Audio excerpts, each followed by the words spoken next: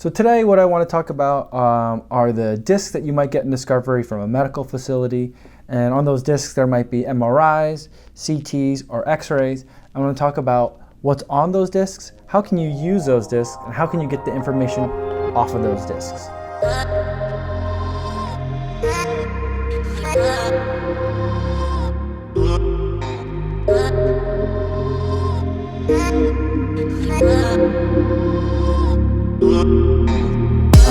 Right now I'm in the middle of a trial where I had to travel, so I'm just at the hotel.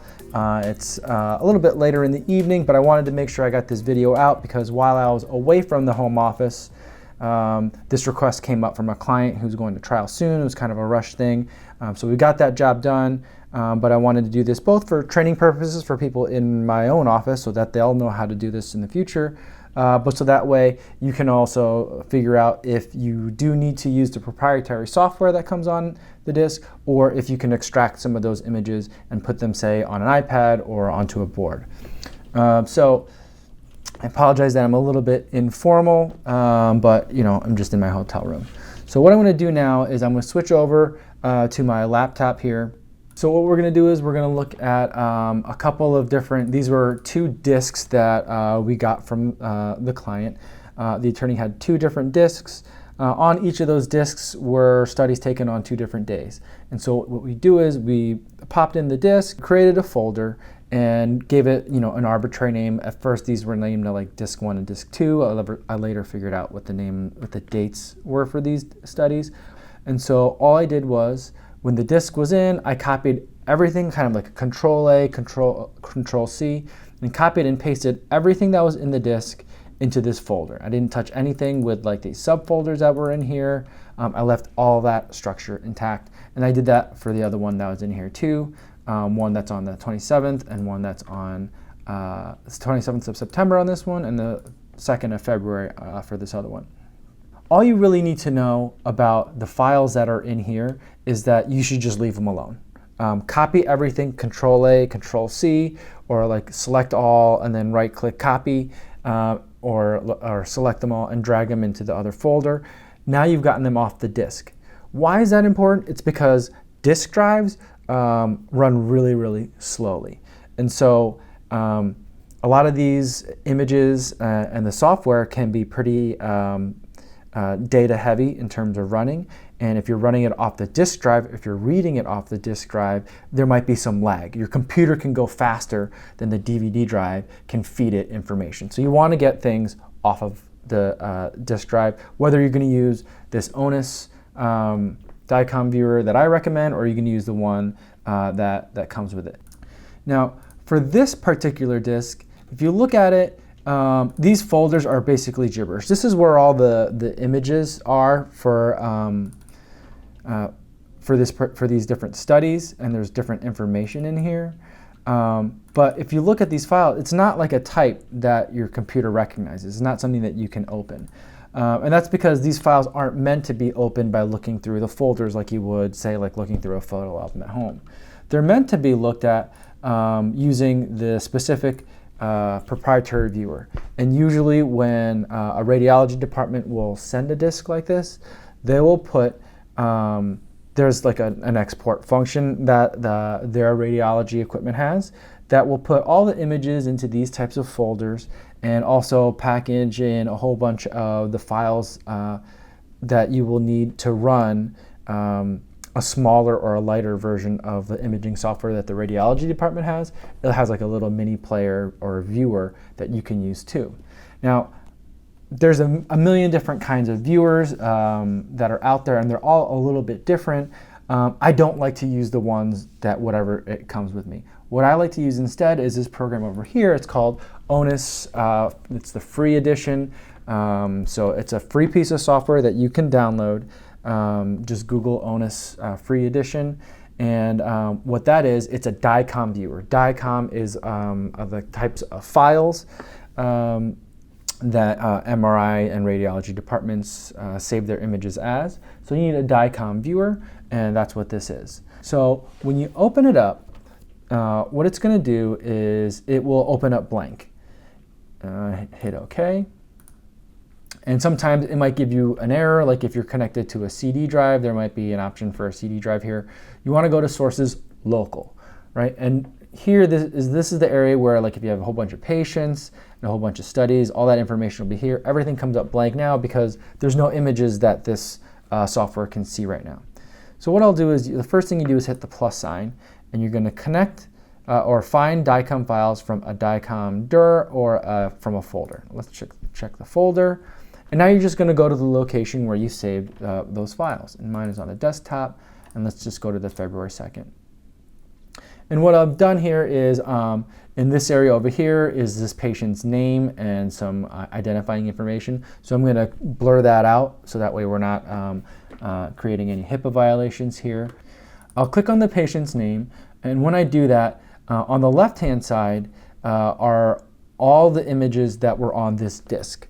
There might have been more studies. They might have taken more pictures of this particular patient on that day, but these are the ones that just fit on this particular disk. And if you look at it, there are 10 series, each kind of set. There's series, so like each time like you get like run through the MRI machine, that's one series. And each time you're in the MRI machine, each series might have multiple images within it, right? So it's kind of like there might be 10 books, and each book might have a whole bunch of pages. So the series are the books, and the images are the pages. I can click on any one of these and see the images that are there. And let me just give you a brief overview of what this software looks like. All the other kind of proprietary viewers look and feel kind of the same way and have basically the same functionality. Some are more powerful than others, depending on whether you're going to buy a version. For a legal perspective, you really don't need to buy any Dicom viewing software. So when doctors are looking at these kinds of images, they like to compare things. So they like to have things side by side, top to 4 in a grid, or whatever arrangement they need. That's really not always that useful from a litigation perspective. And so what I always do is I change how many images I'm seeing at a time. And right now I'm seeing 4. But here there's an option, you hit the grid, and you can change how many images you see at once. You could see 9 images at once, or you could just see 1 at once, which is what I like to do. And again, I'm going to blur out some of the identifying information for this patient. So that's what, if you see kind of like, blurry boxes, that's what that is. What you can do on any of these images is, I'm using my scroll wheel, and having a mouse is really nice, or a trackpad. When you're dealing with images like this, and right now I'm using a 2-finger scroll on my trackpad to scroll up and down through the images. Although I find having a scroll wheel with kind of like clicks on it is a little bit more controlled. And what I'm doing is, by scrolling through, I'm going through the different images within the series. Right. So now this study is an MRI of an ankle. And here's series 1, image 1 that's in here. Here's the image size. It's only 256 by 256 pixels. Very, very small, surprisingly small still. But that's the nature of the technology. It tells you what the zoom is, and it tells you what the angle is. So this is all kind of important information you need to know if you want to replicate what, say like the opposing side's expert is looking at. So as you can see, you can go through and see all the images. You can see the different structures of the ankle in this particular patient. Now, what you might want to do is, let's go through some of just the basic tools. This isn't really like a huge primer on using Dicom. What I really wanted to focus in on is not only just using the software, but like, let's say you want to use a Mac for your trial, or let's say you want to use an iPad for your trial. This is PC-based software only, although on Macs there is Dicom viewers that are available. But let's say you want to use it on an iPad, or let's say you want to get these images out onto a poster board. But let's talk about some of the annotation tools. So in terms of what like the doctor might use, the doctor might like to use annotation tools. There's like a ruler. There's different like drawing tools where you can draw circles, things like that. I'm going to hit, I don't want to rotate it. I want to delete that. So I'm going to right click, and I'm just going to delete the annotation. So you can do things like, that's things that like doctors might do as they're looking at these types of images. Other things that you can do is you can adjust contrast. You can adjust the brightness of the image. So that's usually useful in, say, like mammogram cases or traumatic brain injury cases. That might come up a lot.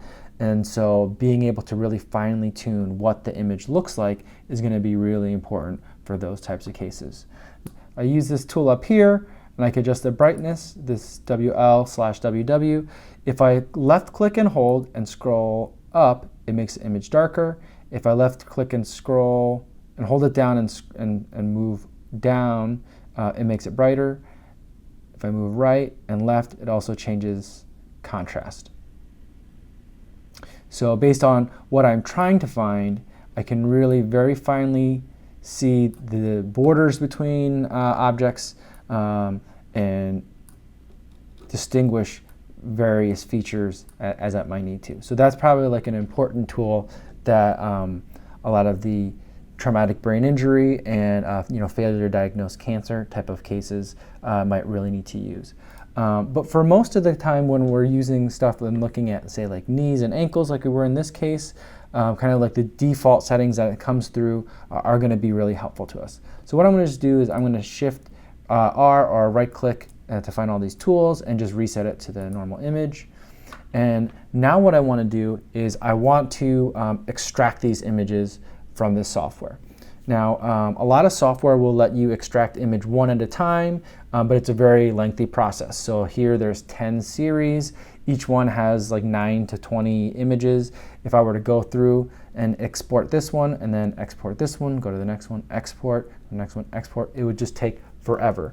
Fortunately, this software, Onis 2.5, is what I'm on now. One of the reasons why I really like it is that you can export an entire series of images all at once. So let's say I want to get all the images from this series. Let's say I want to export all the images from all these series. What I can do is I can right click on the one that I'm selecting, the image here. I'll right click and under selection, I'll select all images, and I'll right click again and export the images. So now that I've done that, a folder pops up. What image format do I want? I want them as JPEGs because that's easier for me to use. I don't need a root folder, but that's a matter of preference, and you can play around with that and see what that is. But that's not really that important. I usually make the overlay font size about 12 because that makes it a little bit easier to read. And as far as size is important because remember here we looked at what's the image size, 256 by 256 pixels. I think that's like the size of an icon on an iPhone. Although on the iPhone the pixels are very dense, but it's really small. It's not really like the kind of thing that would fill up the entire screen on your computer. Your computer probably is 1920 by 1080, so many times bigger than 256 by 256. So if I exported things to their original size, I would get a very small image.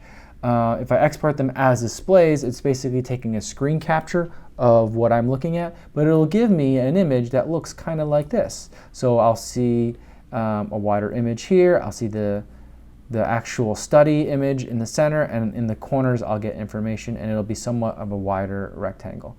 And I'll do it 2 times so that you can kind of get the benefit of seeing, what's the difference between those two. And then the source, I want to get, all images or all selected images. Let's leave that at that. I can anonymize the images if I had the full version, but that's really only something that you need if you are say like a medical care provider or an academia, and you need to send in images to be part of a study and you want to strip all HIPAA information. Let's hit export. It'll ask me where do I want to put the images, and so I didn't hit create a root folder. So what I will do is in my desktop, or any place that's convenient, I will, let's say this is like February 2nd. I'll say series 1, let's leave it at that, and I'll got that folder created. Now I can come in here and say, put all the images from this study into there. Now it tells me the export of images has been completed, and none of them have failed, so that's good. Although every time I see this, I keep thinking that it's errored out. But let's X out of that and then minimize this program and take a look and see what we have inside this folder. And what we have is there are 9 images, just like there were in the study. And now I have all the images, and now I can go through and look at the images without using the proprietary viewer, and I can cycle through the images that I want. Now what's curious to me is that I don't have any of the information in the corner. So let's go through and do that again. Maybe I missed a step. And this time I'll just make another one for series 2. We'll go back here. Let's go to series 2. It's defaulted to set to 4 at a time. I'm going to go to do 1 at a time. And I'm going to right click and go to export images. Ah, I see. Here's what I did wrong.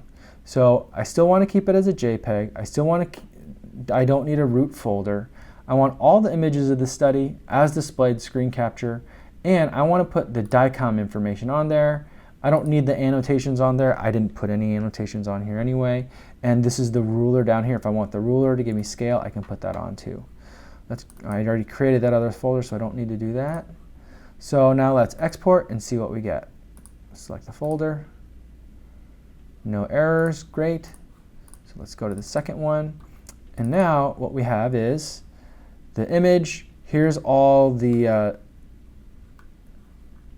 data about the study. Here's the ruler. And now I can cycle through these. I'm not using the proprietary viewer anymore. So now what I usually do at this point is I have all the images. I'll go through and extract all the images from all the different series from both disks. And then what I'll usually do is kind of the final step. I'll make each series a PDF that I can give to the client to look at. And so what I'll do is I'll select all the images, right click and combine files in Acrobat. And so then this little window will pop up. I can rearrange them if for some reason they came in the wrong order. It looks like they all are sequential here. So I'll just hit combine.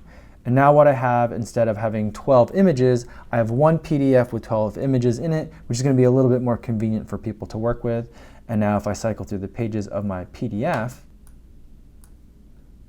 I can cycle through using my scroll wheel and I can see the different images in this study. And so that's kind of the basic workflow. I'll save it and I'll usually give it the name of the series that it came from. And so I'll call it Feb2 series2.pdf. Now if I look at my desktop, now I've got this PDF here, and this is what I would give to the client.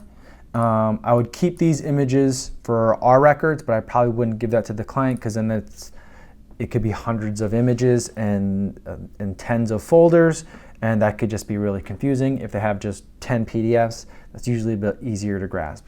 And then if they want to work with their expert, or if they want to work with me during the trial, they can give this an exhibit number. So let's say February 2nd, Series 2 becomes Exhibit 12. Then they could just say, Exhibit 12, can you give me page 7? And I know we're on the same page in terms of what they want me to show in the courtroom to the jurors. And so that in a nutshell is how I take images from the disk to my computer and extract it out using the Onis software in a relatively quick way. And then what I'll usually do as a final product, I will upload to Dropbox or I'll email the PDFs directly to the client so that they can use that, and I'll return the disks to them as well so they can have the originals. So now you have the ability to either use an iPad, you can email them back and forth between your co-counsels in a way that everyone can review them easily without having to wield those disks, which can be voluminous in terms of the amount of data that's on there. And it's kind of pulled out of the proprietary viewer. So it's much more convenient to work with. But what is the caveat in terms of taking it out of the Dicom viewer kind of world and putting it into, say, PDFs? Well, there's a couple of caveats that you need to be aware of. If you're looking at a PDF that's kind of like this one right here, remember there was a zoom of 325% on this, and so it's a little bit bigger. If you want to make the zoom smaller or if you want to zoom more, I would recommend that that's something that you do in the Dicom viewer and not using the Adobe Acrobat's zoom function, because you might be interested. It's kind of, at that point, it's starting to become like a copy of a copy.